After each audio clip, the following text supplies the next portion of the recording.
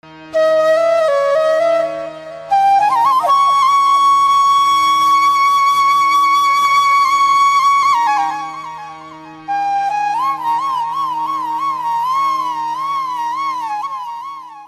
Shri Krishna. Welcome to Bhagavad Gita Discussions, which is a program of the International Gita Forum Caribbean and IETV. We are in this program number 8 at verse 22 of chapter 3. At this time, I now invite our consultant and senior Pandit, Pandit Vickramaditya Maharaj, to continue our conversations, our discussions. Panditji, the last time we were here, we stopped where Lord Krishna was emphasizing that even though there is nothing in this world for him to gain, he still performs karma. Yes. And he now goes on to explain to Arjun, why does he perform karma? So we begin at verse 23 with Lord Krishna saying, Yadihya hyam navarate yam jatu karamanyatindritaha Mama varatu manu varatante manushyaha partha sarvashaha. He says, if I do not perform my duty, Arjun, how do I expect people to want to follow me? Or people want to emulate what I talk about? People will throw me one side. And the second reason he gives, Utside yurive loka nakadyama karamachedaham Sankarasya chakaratasyama pahanayami ama prajaha. There will be total chaos in this world. And when there is total chaos, Arjun, there will be confusion. And when there is confusion, there's going to be a total destruction. Everything will just be wiped out if I do not perform my duty. So what he's saying, that even though people worship me as the creator of the universe, I have a duty to this universe that is created to ensure that there is a balance or the right timing for everything to happen. I have that responsibility. Sattaka karamanya vidvaso yatha kuravanti bharata kuriya dvidva tata saktash trishulokeshu na sangraham. To the unenlightened action, to the unenlightened or the enlightened karma, from attachment to action. So it should be that the enlightened act without attachment, desirous of guidance of the multitude. Everybody is intertwined in this. Everybody is intertwined. Whatever is done, it affects every life form. To put it simpler, everything could be affected by it. If the current goes in the country, who is affected? Everybody. If there is no water, it affects everybody. So my responsibility is to ensure that everybody is taken care of. Nabuddhibedamajanayeda jnananam karamasanginam joshayet sarvakaramani vidvanayukta samacharan. A wise man will try his best not to unsettle the mind of an ignorant person who is attached to karma. You know, there's a beautiful story I read once where these 4 people went to the guru and they learned, if they see a skeleton, the 4 of them learn how to build it back together. Well, 3 of them learn how to build it back together. The 4th one didn't learn nothing. So they found a skeleton in the forest and they started to put it back together. And the fellow who did nothing, he said, fellas, all you know what you're doing? So the guru teach you how to do it? He said, yes, but the guru will tell you what the end product is going to be. What all you're building back there is a tiger. And he will turn around and kill all of you. So he climbed up on a tree and watched them. When the tiger came to life, he killed the 3 of them. Somebody has that responsibility to ensure that there's a sanity that's going on in this universe, in this creation that is going on. We don't know what is playing out in the cosmos. None of us doing anything. But do not unsettle the mind of ignorant people who are attached to karma. Not everybody is going to grasp the teachings of the Gita. Not everybody is going to grasp the Ramayana. There's a time when it comes to you, when it is awakening inside of you, then you develop that love for it. A wise man should induce people, how? By his karma, by his actions. You know, we always quote, we always talk about Vivekananda. We always talk about Paramahansa Yogananda. They were no big set of people, you know, but they lived by the example. People follow the example. You could imagine Chicago in the 1890s. Chicago is the home of the criminals in the United States. All the big criminal activities, Chicago is the home. And he survived in Chicago. Why? By his actions. His faith in God. I don't know if you ever read the book that he has put together called The Chicago Message. No, I didn't. I'll give you a copy of it one of these days when I find it. Prakriti kriyamanani gunai karamani sarvasha ahankara vimuratma karataha miti manyati. The gunas is what performs the karma. But because the human mind is clouded in agyan, ignorance, we believe that I am the one who doing this, I am doing this, and I am doing that. There's nothing in this world you could do if God don't want you to do it. Man proposes and God disposes. You can make all the plans you want, but if God doesn't want that plan to bear fruit, there's nothing you could do about it. Tatvavitu mahabaho gunakarama vibhagayo guna guneshu varatanta iti matwana sanjati.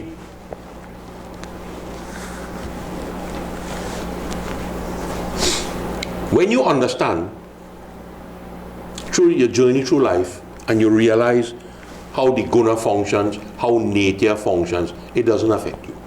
That is what do it. I am doing this because what? I want to gain something from it. There's nothing to gain in it. What you are doing, it says, you do not become entangled in this world. God bless you with enough that you could do this. And you do it. Others are going to benefit. And people are going to benefit at different levels because everybody has a different expectation of what they want in return in life. Everybody have a different expectation. Some people are very contented with life. Some people are not contented with life. Everybody have a different expectation. He says, but when you understand the nature of the gunas, you understand that you are just an instrument to get certain karmas done, then you could never become entangled in this world. Prakriti gunasanamuda sanjante gunakaramasu tana kritsan vido mandan kritsan vinana vichalayet. Those who are deluded, Arjun, by the gunas of Prakriti, they get attached to the function of the guna. They get attached to it. I could do this and I could do that. The day things go bad for me, I blame everybody else for it. But the day things go very good for me, I thank myself for it. It doesn't work that way. A man of knowledge, Arjun, should not meddle with people, unsettle people with mediocre knowledge. Don't mix with them, fella. There's trouble. You don't want that kind of problem. Their knowledge is imperfect. Perfect knowledge and imperfect knowledge cannot sit and have a conversation together. It will not work. It cannot have. If we are not on the same level, what are we really going to do? But did you ever play cricket? Yeah, the cricket and movie. So two of we batting in the wicket. My intention is to make 100 runs. Your intention is to whoop and go home because you want to go 4 o'clock cinema. Am I going to score 100? No, you'll run me out because you want to go home to see a movie. So for us to work together, we have to be on the same level. That is what the Gita is about. The Gita is about taking the imperfect and trying to make it perfect. Yeah. That is what this Gita is about. Take the imperfection that exists and make it perfect. By example, do the maths. By example, Lord Krishna is saying the best way to teach this Gita is by example. Mai saravani karamani santyadhyatmana chetasa nirashir niramamo bhutva yojjasva bigajvaraha. Surrender the action to me, Arjun. Let your thoughts be on the self, that supreme inside of you. Free yourself from hope. Free yourself from selfishness. It's always about I and you. I and you. It's never about us. It must always be about us, not about I and not about you. And when you cure yourself from this mental sickness, Arjun, engage yourself in battle. Forget I and forget me and forget you and forget Guru Drone and forget Guru Bhishma. Forget how Arjun say, how this go affect me. You understand? Take away the I from it and see the real picture. And the real picture, Arjun, is what comes up in chapter 11. When he saw, you know, there's a thing we always tell people, be careful what you wish for. Arjun saw the end of the war before the war started. He was only an instrument to get this done. Once we realize that, we will stand up for the right things, Arjun. Ye me matamidama nityam manuteshtanti manava sharavanto nasuyanto mochante tepi karamabhi. Those who read the scriptures and they understand what they reach and they have that faith and the belief in what they read. You must have faith in this. You must have belief in this. This is not a storybook. None of our scriptures begin with once upon a time. All our scriptures begin with the same verse. You know that, Pandit? Which verse? Narayanang namaskrityang naramachaiva narutamam devim saraswatim vyasam tatu jayamudidayet. Before you read this book, Jaya must be shouted. You know, before you read Ramayana on the Singhasan, what's the last thing they say before you go? Bolo Siyapati Ramachandra ki Jai. That Jaya, that word, victory, must be chanted first. All the Puranas begin with the same verse. I bow to Lord Ganesh, I bow to Lord Vishnu, I bow to Mother Saraswati. May I be victorious in delivering what I am set about to do. Yeah. Right?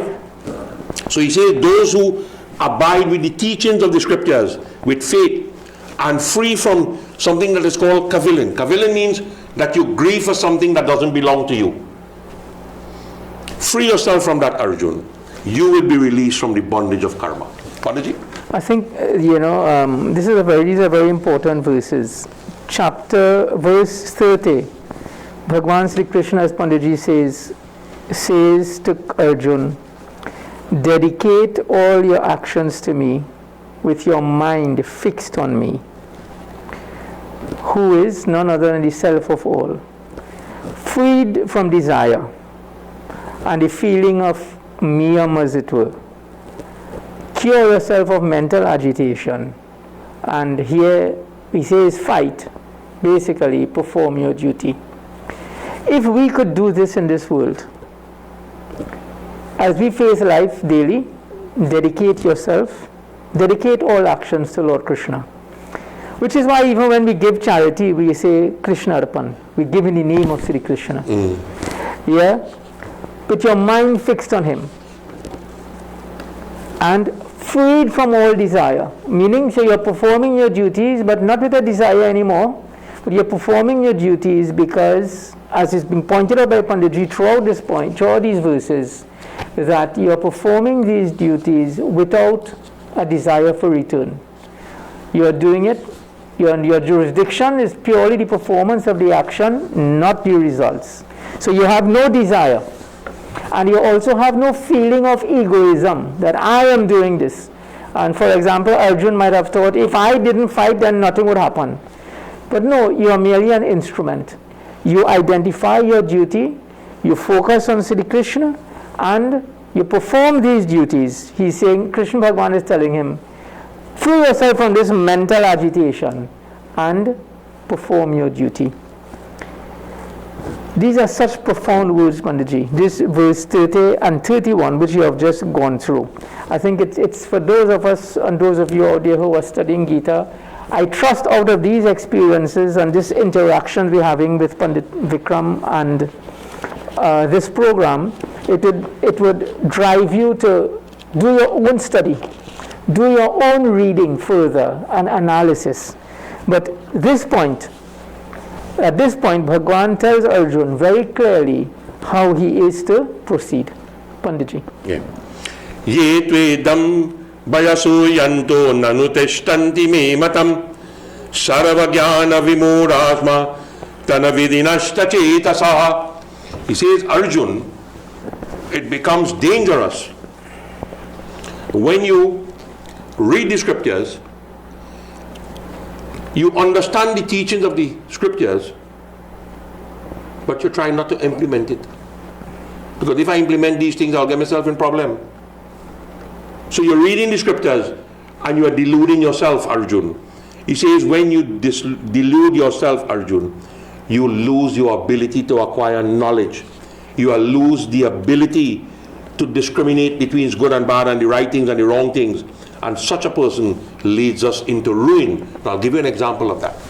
The example of that is not in Sanatana Dharma. But there was a place in the Caribbean where a foreigner come and set up a place in Guyana called Jonestown in the early 80s. And the end product of that was he schemed everybody their money and he poisoned everybody and he take the money and gone. They say he mad, so they free him. But he take everybody sign over their property, their land, their pension check, well, the social security check. When you read the scriptures and twist it, this is the end product of twisting it. You know, Sant Goswami Tulsidas wrote, Ati Vichitra Raghupati Charita Jana hi Parama Sujan, Jaimati Mandavi Moha Basa, Hridaya Darahi Kachuan. If God bless you, you will understand the scriptures. But if God doesn't bless you, and you want to read scriptures, you are going to twist that scripture and interpret it for what I call bellyful, which is more harmful than good. Pandaji. So basically what Krishna Bhagavan is saying here, as Pandaji mentions, is that whoever finds fault, Krishna Bhagavan says this, whoever finds fault with what he is saying, with his teaching of his, and who do not follow it, take those people as deluded in a matter of knowledge, and all is lost. So in other words, ultimately, you are not responsible for somebody else if they can't understand.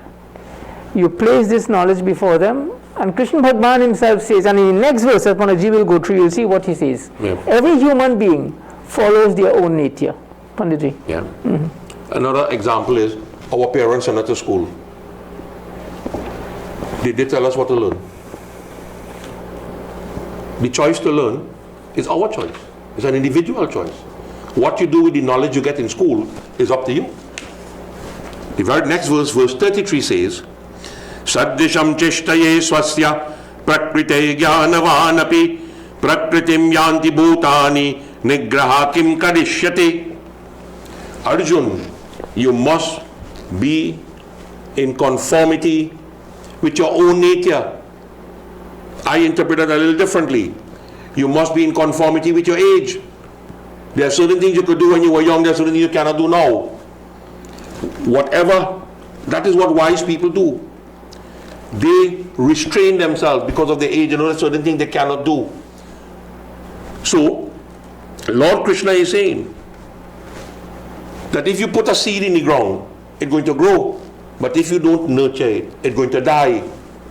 The same thing, the knowledge that you have acquired over decades of learning, if you do not impart that knowledge to anybody, what happens to it? It becomes useless. So the wise man behaves in conformity with his own nature. Beings follow nature. Restraining yourself, what is the benefit of that? To say avoid performing karma. What not performing karma is going to benefit you? And the answer is absolutely nothing. Indiyas indiyas yarte ragadvesho vyabastitau tayorna vasayama gacchaitau khasya paripandanau. Attachment and aversion of the senses is natural. It is all natural. I see big people today. When I say big people, in the 40s and 50s, and they still have an attachment to the doll they had when they were 3 years old, right? Even though they know it doesn't mean anything, but for some strange reason, there is an attachment to it. They don't revolve. Their life doesn't revolve around this doll, but the point is you kept it.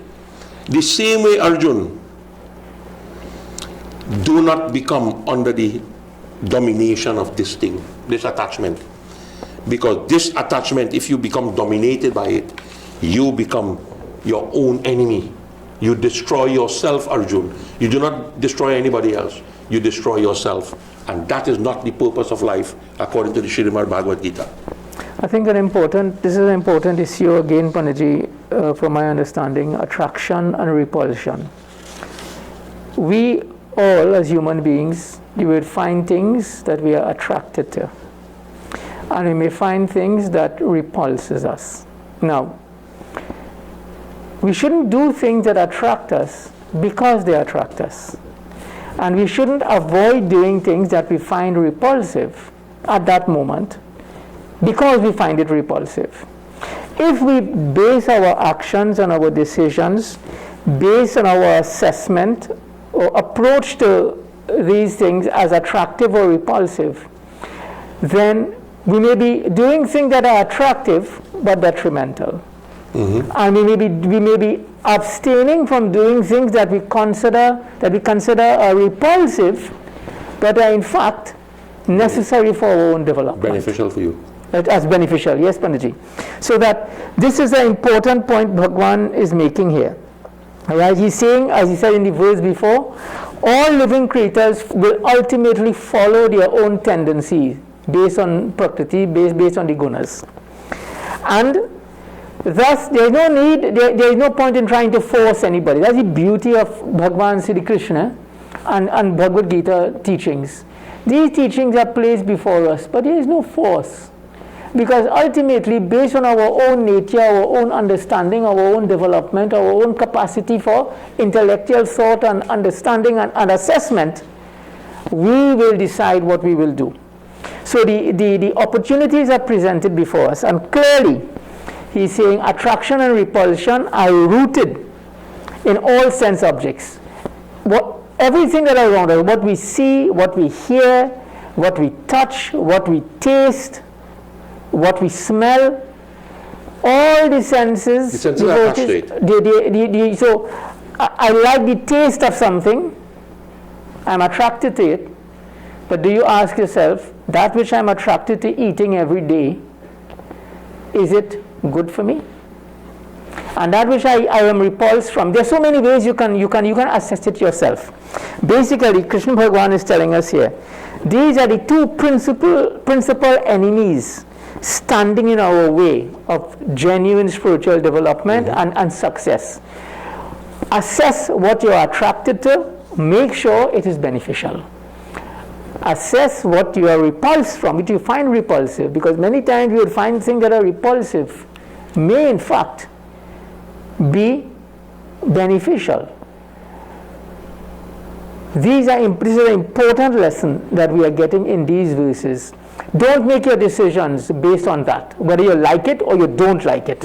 Assess whether it is in your best interest. Is it your dharma, Panditji? Right. And you know, there's a beautiful song that says, when the crook goes to the mandir, what does he do? I know.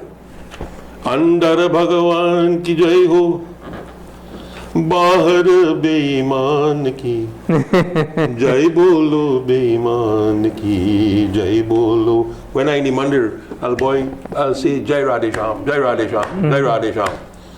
But as I leave the mandir, I'm looking to make a deal and a bubble again on the outside.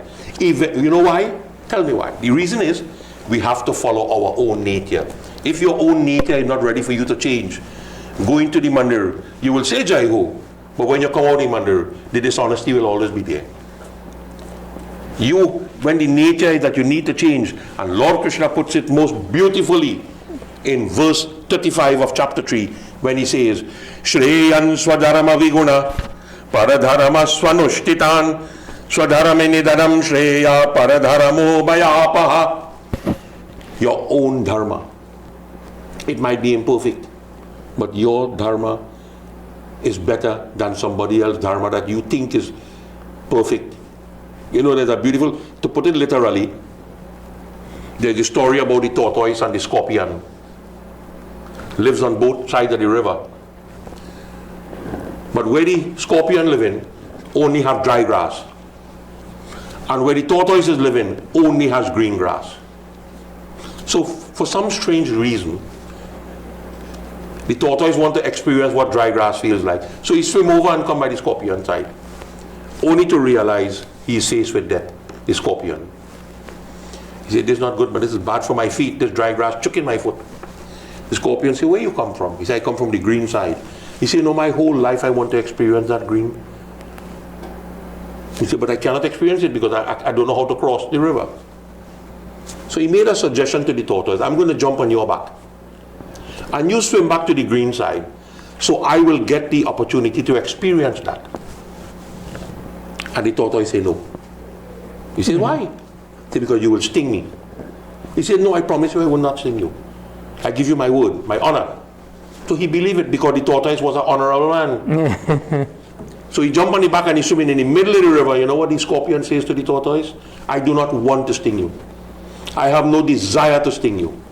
But my nature says I have to sting you. Stung him, both died. So the individual nature, you might think your karma or your actions or your dharma might be imperfect. You might think it imperfect, but it is better than anybody else's own. You do your duty. Like I tell people call me on the phone and say, Panditji, how you going? I say, right now I'm not a Pandit. Right now I'm a garbage man because I'm putting all the garbage in the house. So give me a few minutes and call me back. Then I'll be a Pandit. Right? You have duties to perform. You may not like the duties you have to perform, but it's better you die believing in your own than you die in somebody else's own that is filled with fear because you don't know what is going to happen. See, this is one of the things that led in the early days to conversion from Sanatana Dharma. I'll give you some experiences of that. And people thought that when they converted and they went to the better life, so-called better academic life and social, and then your own Dharma, Panchak, comes in when there is death.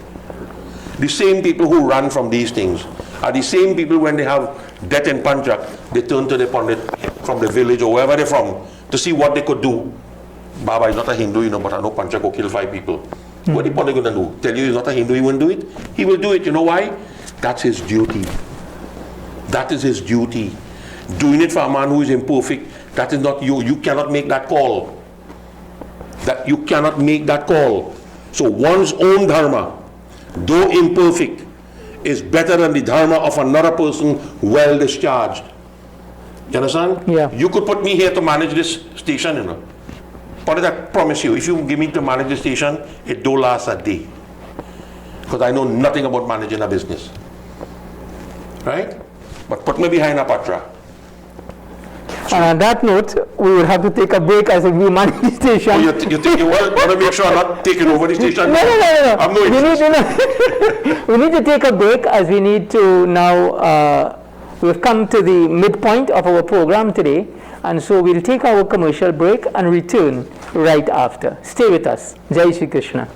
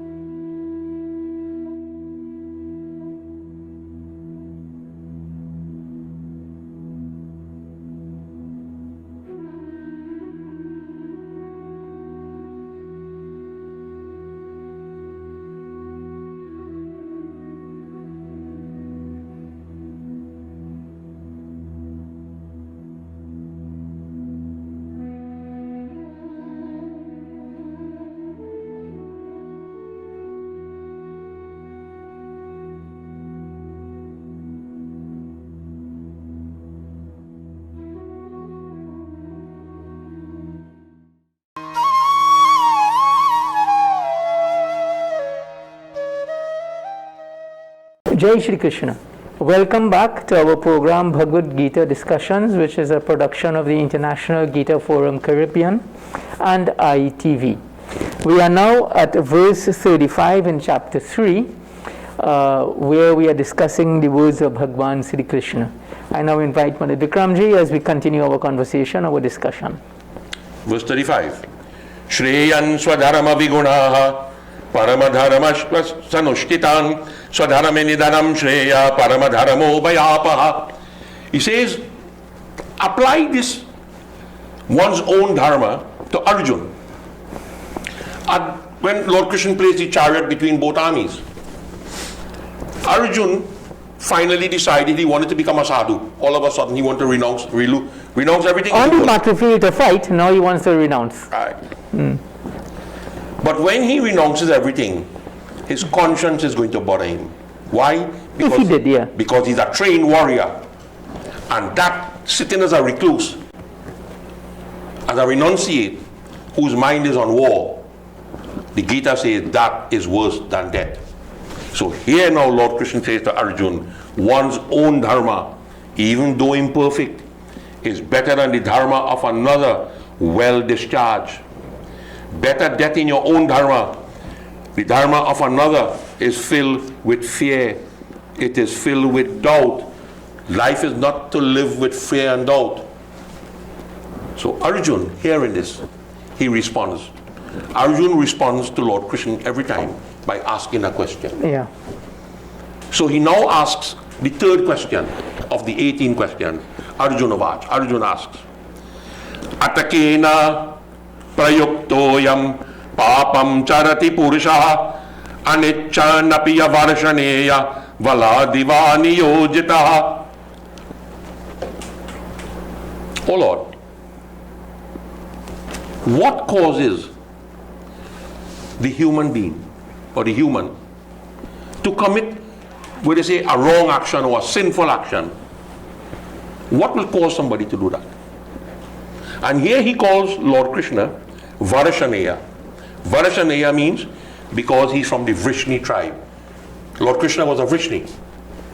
So he addresses him by his tribal name now. Not as Bhagavan. Tell me, what will cause a man to do that? To commit sins?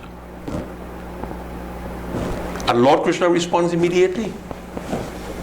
Kama esha krodha esha rajo guna samudbhava mahashano mahapapma vidyena meghavedinam.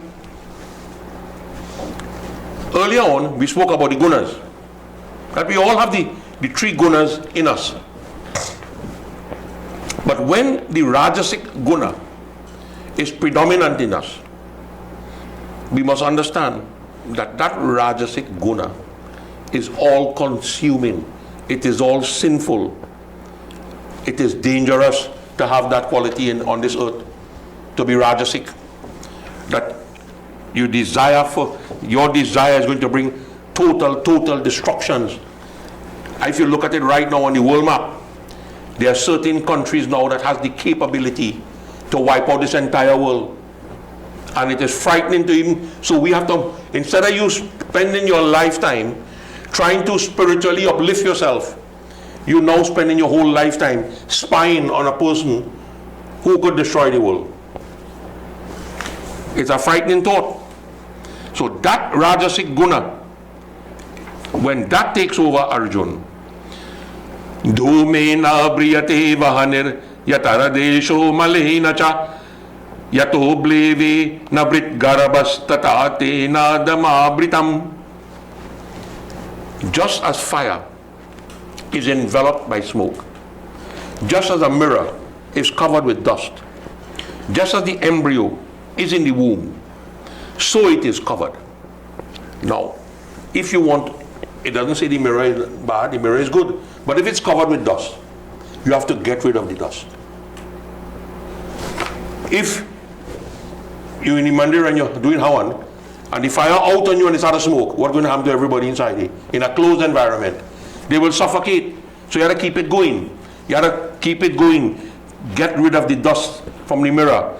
Get rid of the smoke from the fire. And then you see the true picture. The same thing with knowledge. Get rid of the agyan or the ignorance that we have. The desire. The desire for it. And then you will see knowledge, yeah, the true perspective. The very next verse says that. In the same way we will be standing in the yard, and then all of a sudden you find the place get a few shades darker for a split second. That's because the cloud just passed and covered the sun. But the cloud on its own the cloud could never cover the sun. But because it's passing, it shields you for a few seconds, and then the reality comes back. The same way, Maya hides God from us. If we get rid of the Maya, then we realize the Supreme. The Maya is the problem. Abritam jnanamitena jnanino nitya veherina.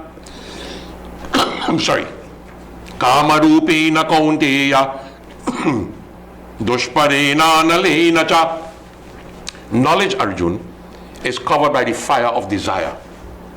The more desires we have, is the less knowledge we're going to acquire. And every desire that you have is going to be like a spider web, entangling you more and more into this world of samsara. Let's pause here a minute, and the whole idea of desire.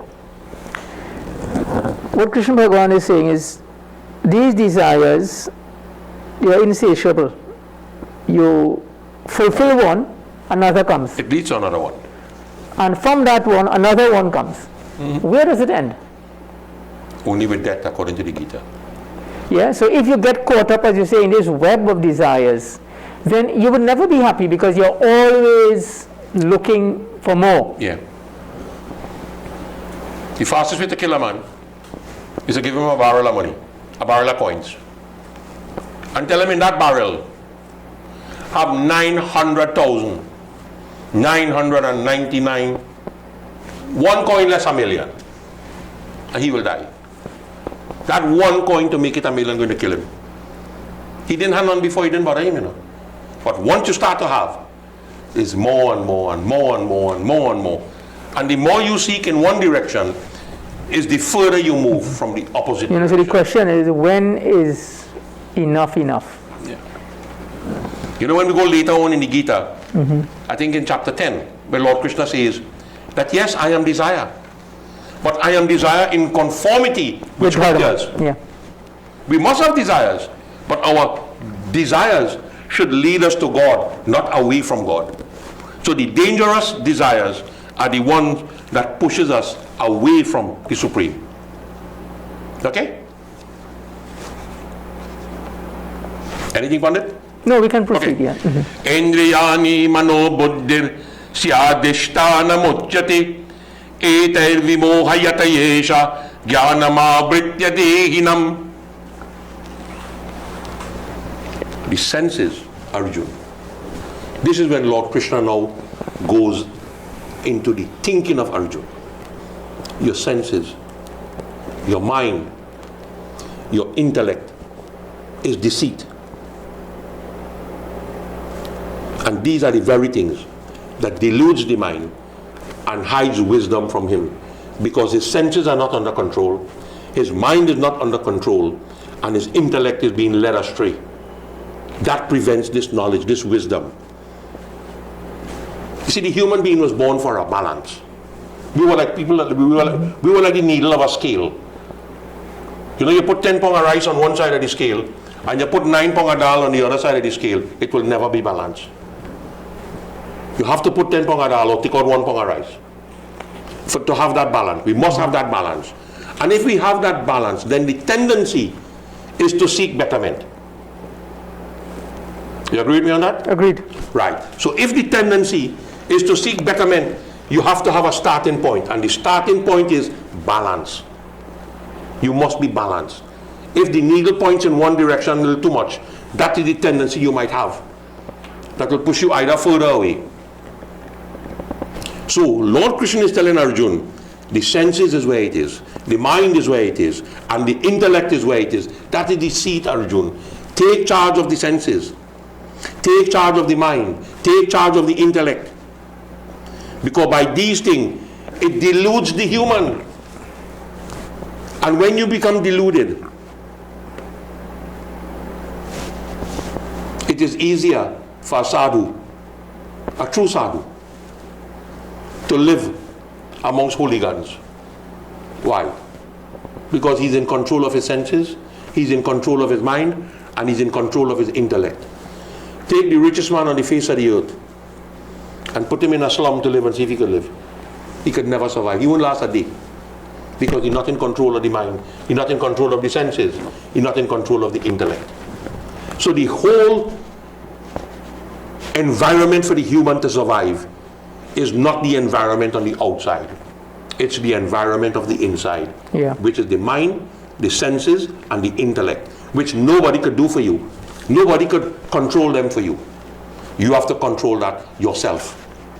So this is why Lord Krishna is telling him, these things are preventing knowledge from you, Arjuna, because you are not in control of it. Panditji. These are important issues that are being discussed.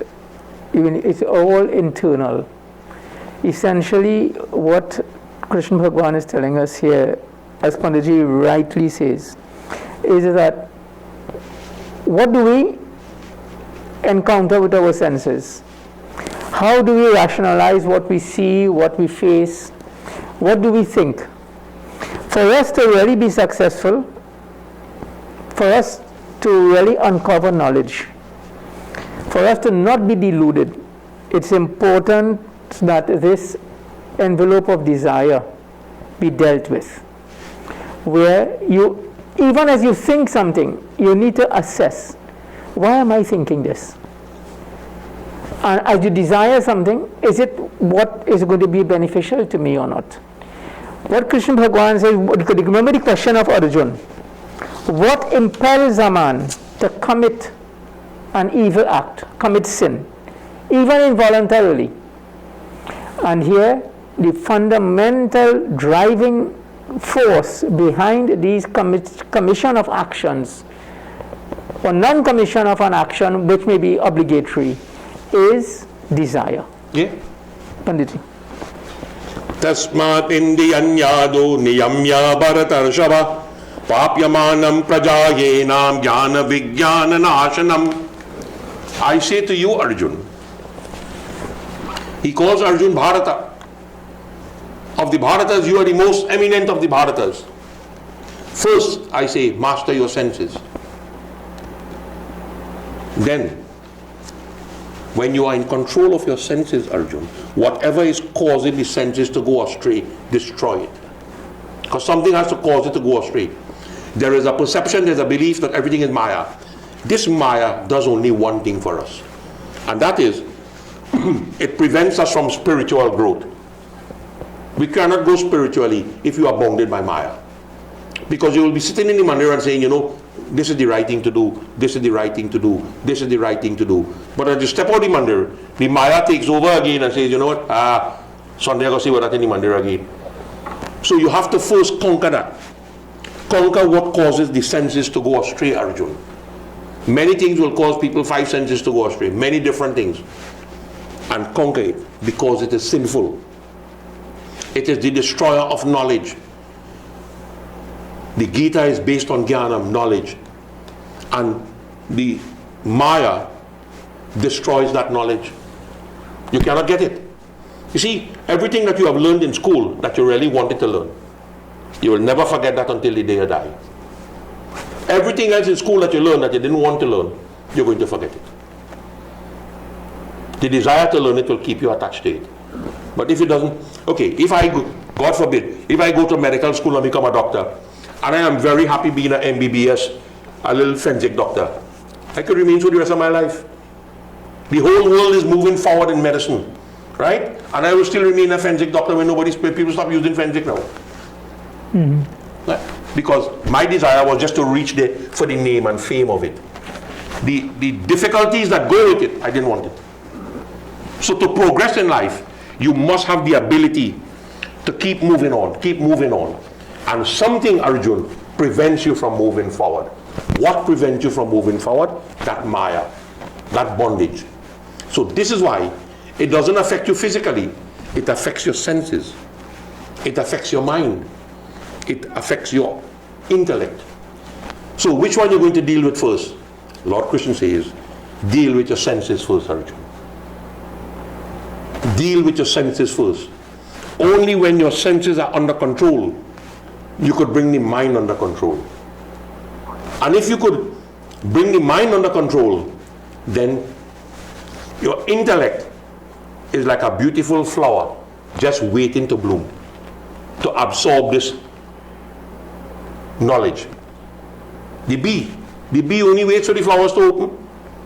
He will fly around the flowers whole day, rain or sun. But the minute the flower opens, he knows it's inside that flower resides the nectar that he seeks. You agree with me? Agreed. Mm-hmm. So you have to look for the knowledge you want and wait for it. Wait for it how? Physically? No. You wait for it with your senses under control. You wait for it with your mind under control.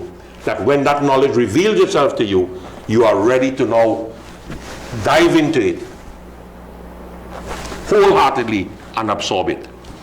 Indriyani paranyahu rindriyebhye paranmanaha manasastu para buddhir yo buddhe parasastu saha. All the things that make you up, make us this body that we have.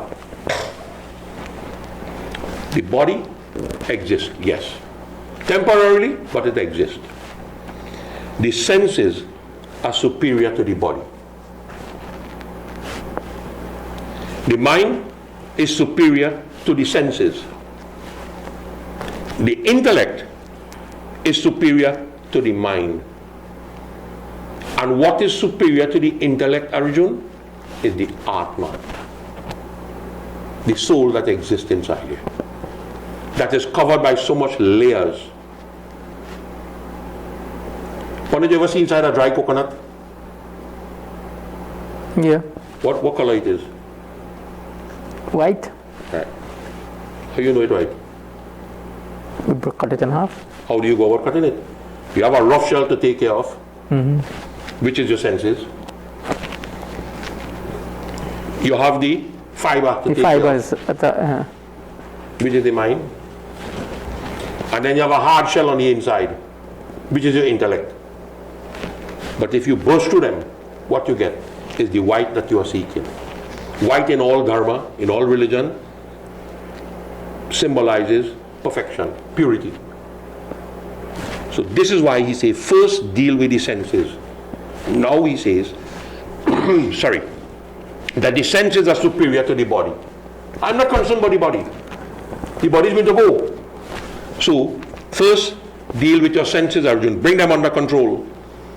And then you realize, when you are in total control of your senses, you realize there is something that is superior to that, which is called the mind. And you will spend some time trying to control the mind. And when you bring the mind under control, then you realize there is something still more superior to the mind, which is called the buddhi or the intellect. So you bring the senses under control, you bring the mind under control, and then together you bring the intellect under control. And these three forces, the mind, the senses, and the intellect, when we have them all under control, it reveals the fourth stage. The fourth stage is what? Atma, realizing the self, realizing the soul, becoming one with the Parama Atma. The four stages of life we go through. As a child, we will always be a child. As a young person, we will always be a young person. When we become householders, we will always be householders. And then, as our children begin to grow, our responsibilities become less. And we prepare them for that. This is what, take these stages in this verse 42 and apply it to the four ashrams in life and see how it fits in. When you're young, you consume more senses. Right? When you go home, your father says, "But don't go to cinema tomorrow, you know." What your mind tell you when you go in your bed? Pa, just talking. Tomorrow I go in cinema. You have your own mind. You make up your own mind, you go in. But then as you go on later and later and deeper, then you realize, now, take it spiritually now. Spiritually, control the senses, control the mind, control the intellect, and then you realize the hardcore inside of you, which is the Atma. So you have gotten the opportunity as an individual to unite your Atma with the Parama Atma. And that is what the Bhagavad Gita is about.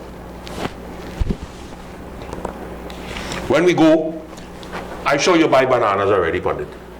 Nice, ripe banana, nice. When you go to buy ripe banana, what do you look for? I just tell them, give me a banana, you know. Nah, you have to look for something. It's either green or ripe. What do you look for? You look for the skin. If the skin looking nice and pretty, I want that one. So that which attracts you to the banana is the skin. This is the same thing that attracts you to the banana prevents you from getting the banana, because you're not going to eat the skin. You have to throw it away to get the banana. To get the fruit, you have to throw away the skin. It's the same thing with God realization. If you want God realization, bring the senses under control, bring the mind under control, bring the intellect under control, and then the Atma reveals itself. Then you become one with the Supreme Atma. You know, there's a verse in the Asurat in the Ramayana that says, Bandavu Parama Pavana Kumar Kalabana Pavaka Jnana Gana. Sorry. Jasu Hridaya Agar Basahirama Sharachapadhara. I see you have that murti outside. Where Hanuman opened his chest and you see Ram in it. That is what this verse means. That when you bring the senses, you bring the mind, and you bring the intellect under control, the Atma reveals itself to you. Yeah. Panditji. So this question of Arjun, as we come to the end of chapter 3. Still have one verse, I think. Yeah. Yes, one verse to end, which ties it up. The question was, why does man perform improper action or sinful action? Krishna Bhagwan's simple answer is desire. It's because of desire that it creates this situation. And in this verse, chapter 43, that Panditji just went through, it says, places an order.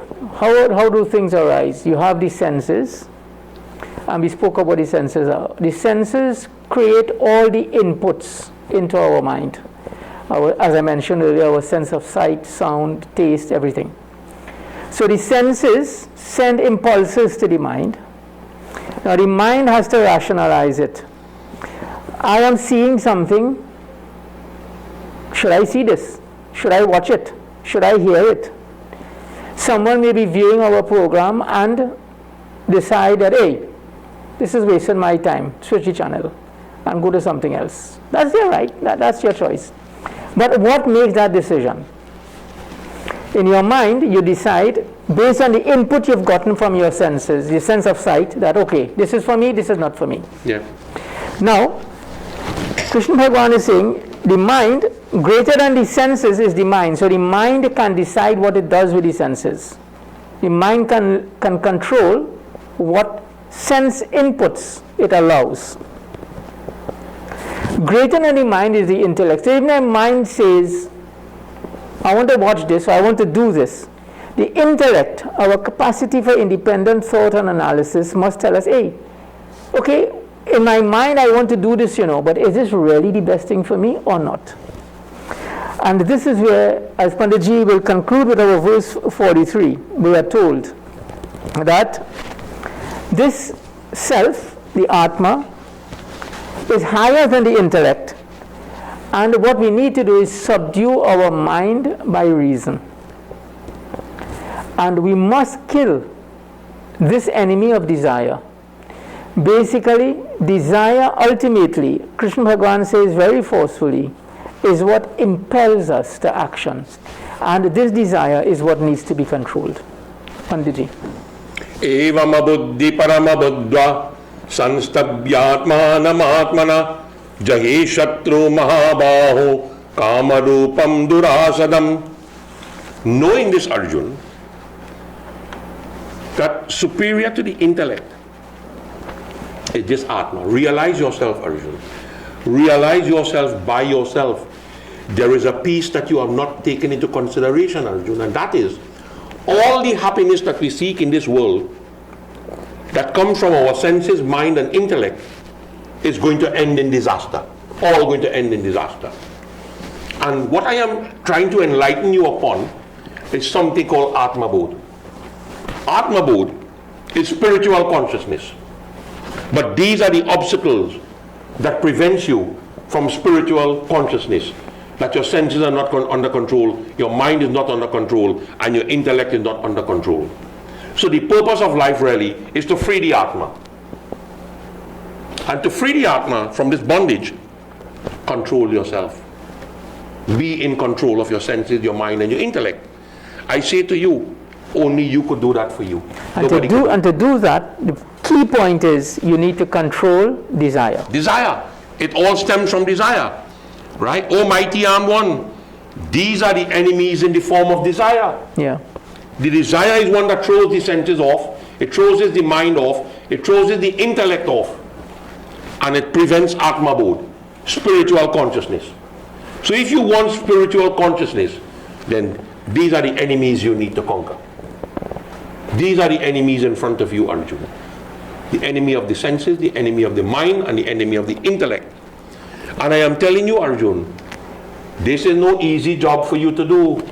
Do not believe I could sit down with a mala and chant Om Namah Shivaya 108 times.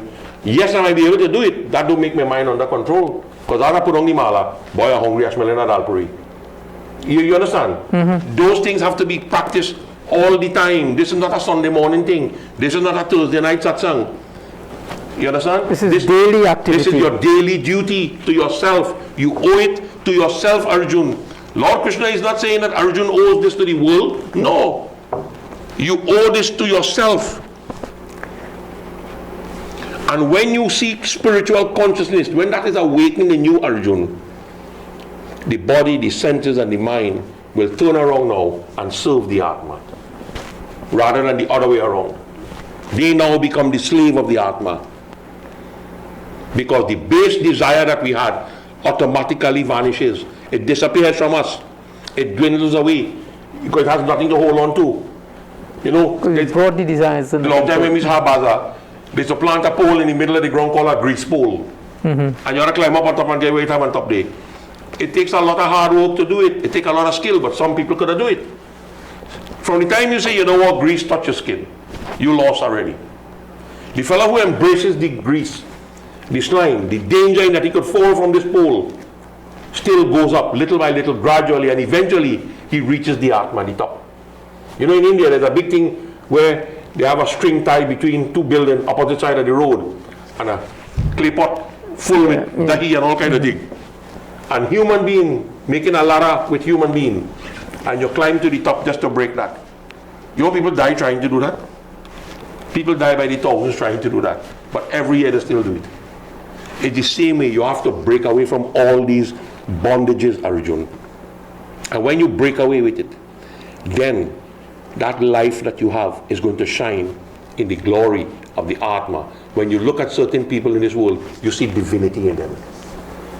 So this is chapter 3. Yeah. Well. Final verse.